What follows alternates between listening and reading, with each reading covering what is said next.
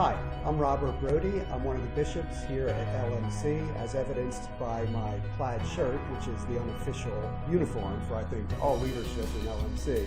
I'm here with Keith Blank of the Bishop Elder Team, and we're here to discuss the Fall Leadership Assembly that's coming up. So Keith, I've been to some of these before, but could really use some more details. Can you fill me in?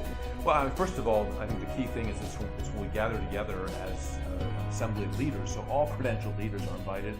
And this time particularly, it's critical for us because in the context that we're looking at, there's a lot of things that we're discussing that we value input from credentialed leaders. Okay, very good. Now I know it's on a Saturday, September 30th. That can be a challenge for families. Will there be any childcare available? Yes, this event we will have childcare.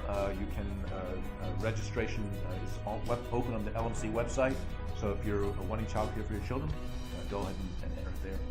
Very good. And then the location? East Petersburg Mennonite Church, just a couple of miles down the road here from the LMC offices. Yeah, well, that's convenient for me, for sure. But for some, it might not be. Mm-hmm. So is there an option to be virtual? Yes, there will be a Zoom link, so that will provide a connection for people that are not able to be present. We really value people joining us by Zoom because you will be able to also contribute in the conversations. Very good. Okay. And then is there sort of a schedule for the day, or what does that look like? Yeah. So the morning schedule really is focused around some of the younger leaders, younger credentialed leaders in our movement that are going to be sharing some of their dreams and visions. So we get a chance to hear from them, engage with that, and then afternoon is really some visioning about where is God leading us as a movement. Fantastic. So there you have it. We hope you'll join us. Now I know what you're thinking, a bunch of Mennonite leaders getting together, that's a party waiting to happen.